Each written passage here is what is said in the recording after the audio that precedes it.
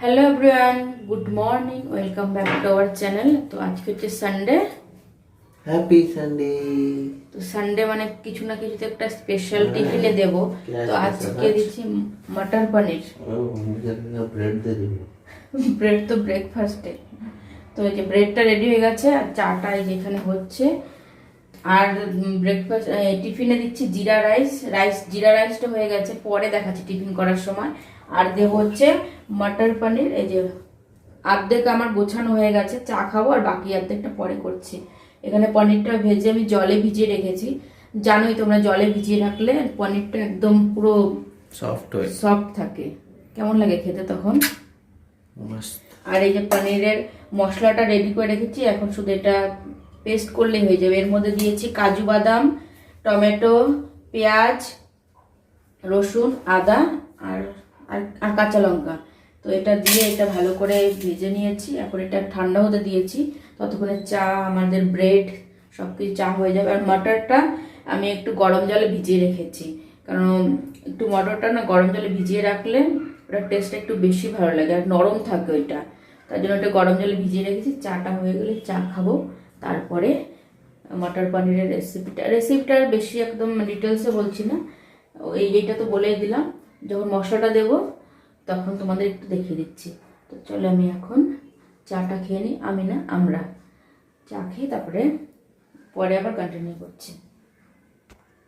এখানে আমি ওই কড়াইতেই তেল দিয়ে একটু গোটা গরম মশলা দিলাম, জিরা, তেজপাতা, দারচিনি, এই সমস্ত দিয়ে দিচ্ছি। এখন দিয়ে দেবো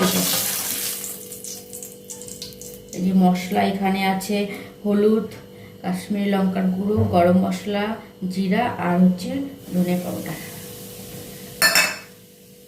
তো মশলাটা দিয়ে বেশিক্ষণ রাখবো না, শুকনো মশলা যেহেতু পুড়ে যাওয়ারই আছে, তার জন্য এই যে এই মশলাটা পেস্ট করে নিয়েছি, এটা দিয়ে দিলাম এখন।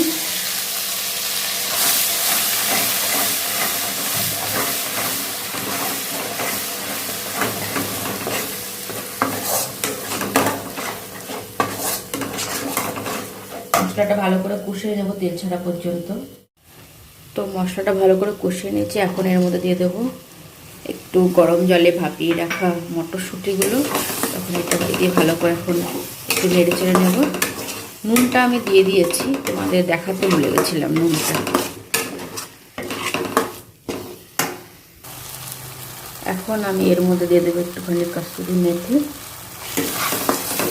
এটা আর একটু কষিয়ে এর মধ্যে জল দেবো। পনিরটা পরে দেবো, পনিরটা জল যখন ফুটবে তখন দেবো।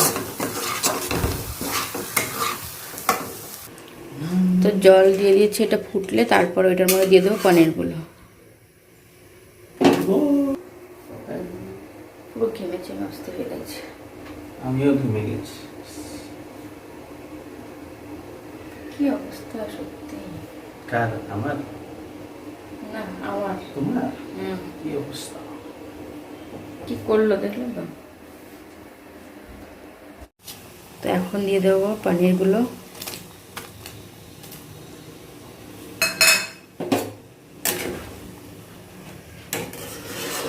আর একটু 5-10 মিনিট রান্না করে নেব।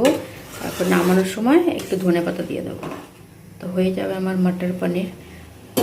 তো একবারে তোমাদের নামিয়ে তারপরে দেখাচ্ছি। ততক্ষণে আমি এই যে তিলের প্যাকেটটা কেটেছি, এটা বোতলের মধ্যে ভরে রাখি। তো এই যে আমার মটর পনির হয়ে গেছে রেডি। আর স্যালাড দেবো তার সঙ্গে, রেডি করে রেখেছি। আর এই যে জিরা রাইস। তো এইটা আমি অলরেডি টিফিন বক্সে যে দিয়ে দিয়েছি। শসাটাও টিফিন বক্সে ভরা হয়ে গেছে। এখন শুধু এই জিরা রাইসটা ভরে দিলেই হয়ে যাবে। দেখতে পাচ্ছ জিরা রাইসটা কত সুন্দর ঝরঝরে হয়েছে। তো এটা আমি ভরে দিই। তারপরে উনি তো অলরেডি রেডি হয়েই গেছে, দেখে নিয়েছো তোমরা। তারপরে আমার যে সমস্ত কাজ বাজ আছে সেগুলো করব। তো ভরে দিই এখন টিফিনটা। হয়েছে মোবাইলের কাজ।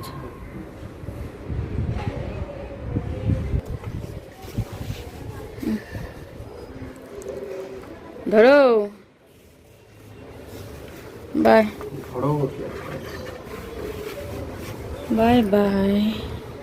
হ্যাঁ, সব নিয়েছো তো? পার্স। বাই। আজকেও হাজবেন্ড যাওয়ার পরে আমার যে সমস্ত কাজগুলো থাকে সেগুলো তো করেছি। তো আজকে হচ্ছে এক্সট্রা কাজ যেটা করছি সেটা হচ্ছে যে পর্দাটা, আজকে ঘরের সমস্ত পর্দাগুলো ধুয়ে দেব। তো এই সমস্ত পর্দাগুলো অতটা বেশি নোংরা হয় না, তাই কদিন পর পর ধুলেই যথেষ্ট, মানে তাও 1-1.5 মাস পর পরেই ধুচ্ছি মনে হচ্ছে আমি। তো এখানে ওই সাদা পর্দাটা, ওই পর্দাটা বেশি একটু নোংরা হয়, তো এইটা মাঝে মাঝে ধুয়ে দিই। কিন্তু ওই জানলার পর্দা এত উপরে, তো এই রুমটায় এত বেশি ধুলো ঠুলো হয় না। বেডরুমটায় ব্যালকনিতে দরজা খোলা থাকে, তো তার জন্য ওইটা বেশি একটু নোংরা হয়ে যায়। তো তবু ওই পর্দাটা খুলে নিলাম।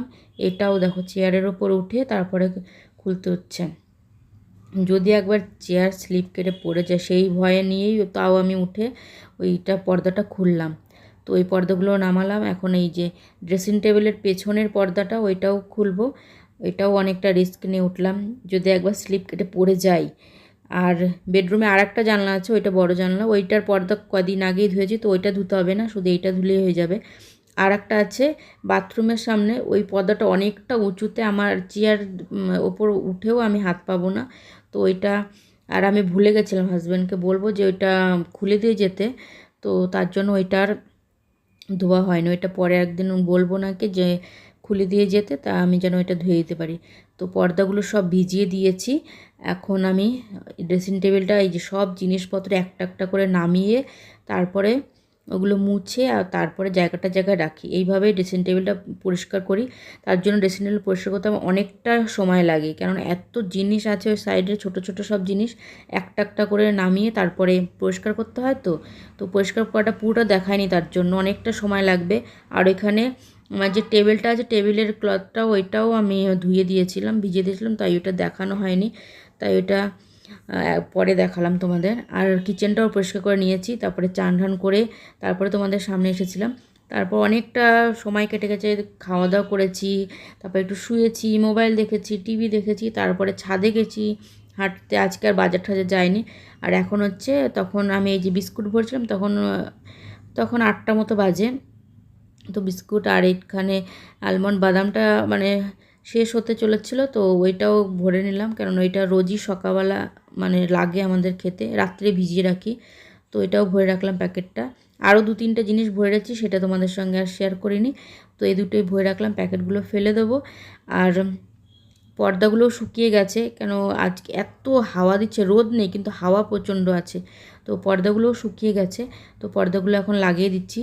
তো এই পর্দাটা এখন, আর উনিও এখানে শুয়ে শুয়ে, মাথায় তো ওনার সবসময় তেল দেওয়া থাকে, আর পর্দাগুলো বেশি কালো হয়ে যায়। ওইখানে বসবে, দেখো ওই যে কুশনের পেছনে যেমন কালো অংশটা না, ওইটা ওনার ওরকম পর্দায় ওরকম মাথা দেবে, আর দেয়ালে ওরকম মাথা দিয়ে ওই জায়গাটা পুরো কালো হয়ে গেছে, বললেও শোনে না উনি। তো যাই হোক, পর্দাটা আমার লাগানো হয়ে গেছে। পর্দাগুলো কেমন লাগছে এখন জানিও, আর ভিডিওটা কেমন লাগছে সেটা জানিও, আর যদি ভালো লাগে তাহলে লাইক, কমেন্ট, শেয়ার আর সাবস্ক্রাইব করে দিও চ্যানেলটা, যারা নতুন আসছে। এখানে এই যে টেবিলকের ক্লথটা, এটাও ধুয়ে দিয়েছিলাম, এটাও শুকিয়ে গেছে, এটাও বিছিয়ে দিচ্ছি। আর আমি ডিনারে আজকে পরোটা করব, তো কি পরোটা করব এখনও ডিসাইড করিনি। আটাটা মাখা হয়ে গেছে, তো যেই পরোটাই করি না কেন তোমাদের সঙ্গে শেয়ার করব, তো যখন বানিয়ে নিই তারপর।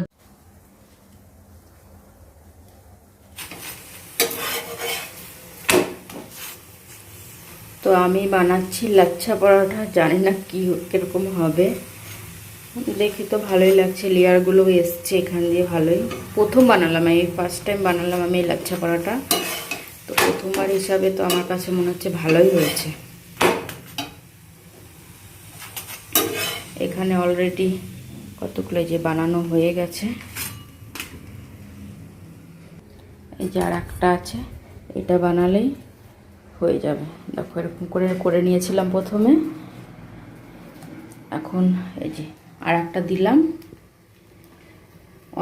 মানে এই লাইটের আলোতে না ভালো বোঝা যাচ্ছে না লেয়ারগুলো, কিন্তু ভালোই হয়েছে মনে হচ্ছে। তো তোমাদের বলেছিলাম যাই করি পরোটা দেখাবো, তো দেখিয়ে দিলাম। তো আজকে ভিডিওটা এখানেই শেষ করছি। যদি ভালো লেগে থাকে তাহলে লাইক কমেন্ট শেয়ার সাবস্ক্রাইব করে দিও চ্যানেলটাকে। তো আজকের মতন বাই।